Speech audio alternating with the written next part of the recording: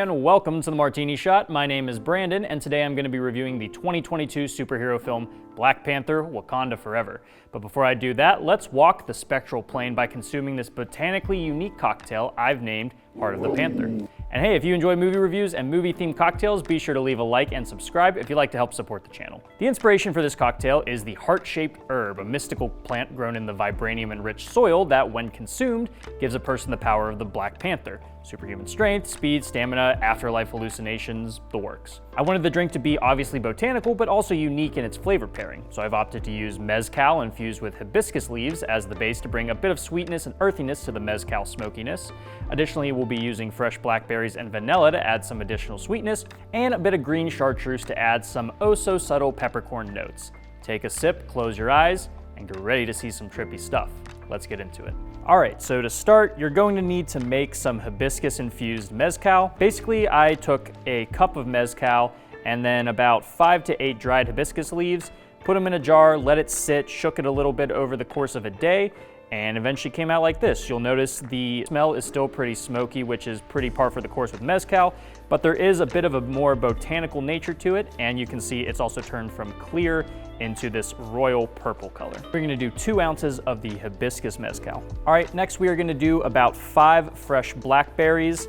Typically you would try to muddle these, but if you're gonna be shaking a drink, you don't really need to muddle them all that much, because once we put the ice in, start shaking, it'll just completely pulverize them and get all the juices out that we need. So we'll do 5 blackberries straight into the tin. All right, next we're gonna be bringing in a little bit more sweetness and almost a desserty nature to it with just half an ounce of a vanilla simple syrup. Next, we're gonna be using some green chartreuse. When it comes to experimenting with flavors and cocktails, green chartreuse is one of my favorite flavors to work with, just because of that really strong black peppercorn taste I think is really, really nice, especially when you pair it alongside some other botanicals and some fruit. For here, we're only gonna be doing about half an ounce. I think you could maybe even go up to 3/4 of an ounce, depending on what kind of flavor palette you're looking for. Green chartreuse is pretty strong on its own when it comes to its flavor, so you don't need a ton, so we're just gonna do half an ounce for right now. And then the final ingredient is completely optional, but I'm gonna be adding just a little splash of blue curacao, and that's mainly just going to be for color. That's going to kind of tip the purple a little bit farther away from the red that it's currently at into a more bluish purple, which is more in line with how the heart-shaped herb liquid appears in the film. All reliable blue curacao. All right, let's get some ice in here and shake to chill.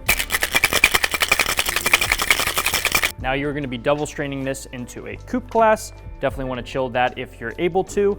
And this is going to be a double strain since we're working with fresh blackberries. You wanna make sure none of those seeds, none of the pulp really get into the final product.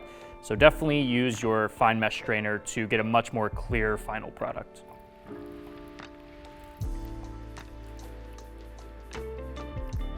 And there you go, now you have the Heart of the Panther.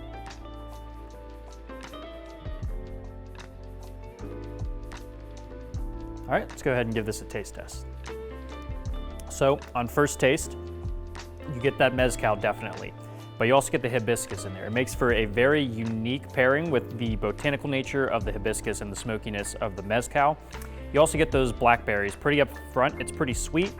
As it kind of progresses in your mouth, you actually get a little bit of a creaminess, which I think comes from that vanilla syrup.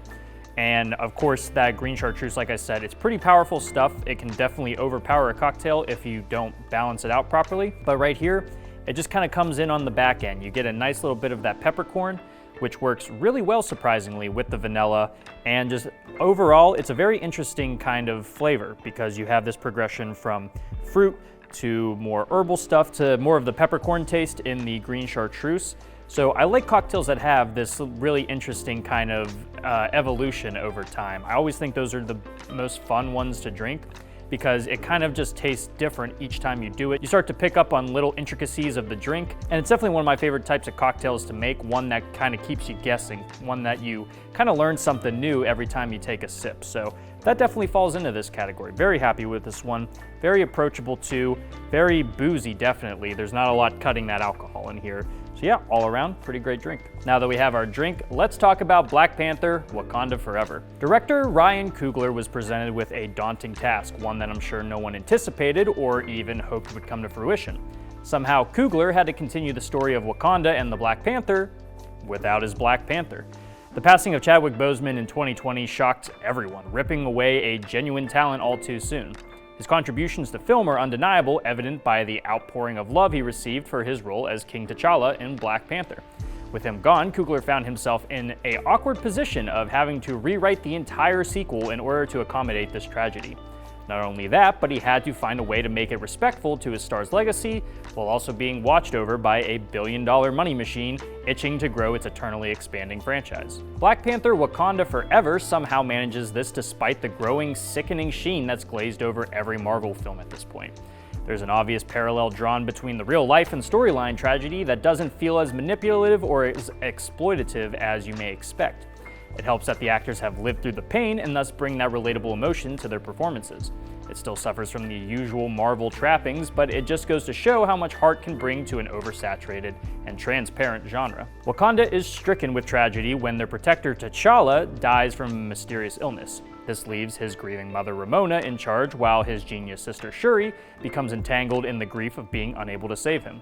As the world's governments begin to turn their sights on Wakanda and their supply of vibranium, a new underwater threat begins to emerge. Namor, the ruler of the undersea kingdom of Talokan, finds his home threatened as underwater drilling for vibranium increases, blaming Wakanda for bringing the powerful alloy to public attention. This ignites a war between the two civilizations as the need for a new Black Panther continues to grow. The film is very emotionally driven, which actually works thanks to some solid performances from the lead cast. Most obviously, Letitia Wright as Shuri and Angela Bassett as Ramona.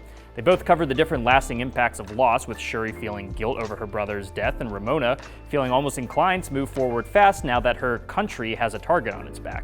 This gives the characters opportunity to grow and heal in a believable way over the course of the story, something that usually comes off as manufactured in these films. A few of the returning characters lend themselves to both emotional and fun moments, including Winston Duke's M'Baku and Danny Guerrera's Okoye, although I would definitely have liked to see their roles make more of a fundamental impact. And then you have Everett Ross, who honestly, you could have just cut out of the film entirely and nothing would have really changed. The new characters are fairly mixed in their importance. Namor, portrayed by Tenoch Huerta, is certainly the standout, delivering a great anti-hero performance that gives the character believable layers that mirror our heroes. He also somehow manages to make a character in green underwear and wings on his ankles badass, so props for that. Riri Williams as the Iron Man of the new generation adds a fun foil to challenge Shuri, yet she does feel a little bit tacked on because she's got a mini-series coming out in a while. A new Wakandan warrior is introduced, Aneka, but she doesn't really do a whole lot and practically disappears in between the beginning and the climax of the film. Like Everett Ross, they aren't that integral to the story and certainly could have been cut because this film is long. At 2.5 hours long, the film constantly struggles to keep the pacing engaging and consistent. There's a good amount of bloat that just weighs down the central narrative. That brings me to the script, which isn't terrible from a story point of view, but I did find it to be overwritten at times. Marvel movies started doing this thing where they think they have to tell the audience exactly what's happening rather than letting them infer from the visuals and performances. We aren't stupid, Marvel. Well, most of us. Along the way, the core of the film's themes and directions seem to shift. The movie opens with the interesting topic of countries overstepping their jurisdiction to affect other civilizations, something that I think could have really bonded Wakanda and Talokan. But this idea kind of falls to the wayside and is never really relevant again. The themes of grief and remembrance at least try to remain fairly recurring throughout the film. The film's emotional moments do tend to land for the most part, and the action, in my opinion, is a big improvement from the original. There's a lot of impressively shot, choreographed fight scenes here that actually allow you to see the characters' movements without the hindrance of excessive cuts and shaky cam. What a concept. These scenes also make use of some great practical effects, especially when it comes to the use of water. There's a few poorly lit green screen shots here and there, but for the most part, the visuals tend to be pretty stellar, definitely making this one of the better looking MCU films of Phase 4. And also gotta mention that soundtrack. Rihanna or no Rihanna, it's a banger. It may have been impossible to do Boseman complete justice with a sequel, but Coogler manages to come pretty damn close. It improves on some of the weaknesses of the previous film while managing to give satisfying continuations to its characters. It can't shake off the chains of the Marvel formula, but they're at least not as egregious as some of the other films. It's certainly one of the best MCU films of Phase 4 and definitely the best MCU film of the year, which isn't a hard bar to pass. It's just a shame it took a real-life tragedy to steer this film towards a more genuine human direction. Maybe we can find some more emotionally deep cinema in Ant-Man and the Wasp, Quantumanium. For my review, I'm giving this film 3.5 Wakandan beads out of 5. Guys, thank you so much for tuning in to this episode of the Martini Shot. If you saw Black Panther Wakanda Forever, let me know what you thought about it down in the comments.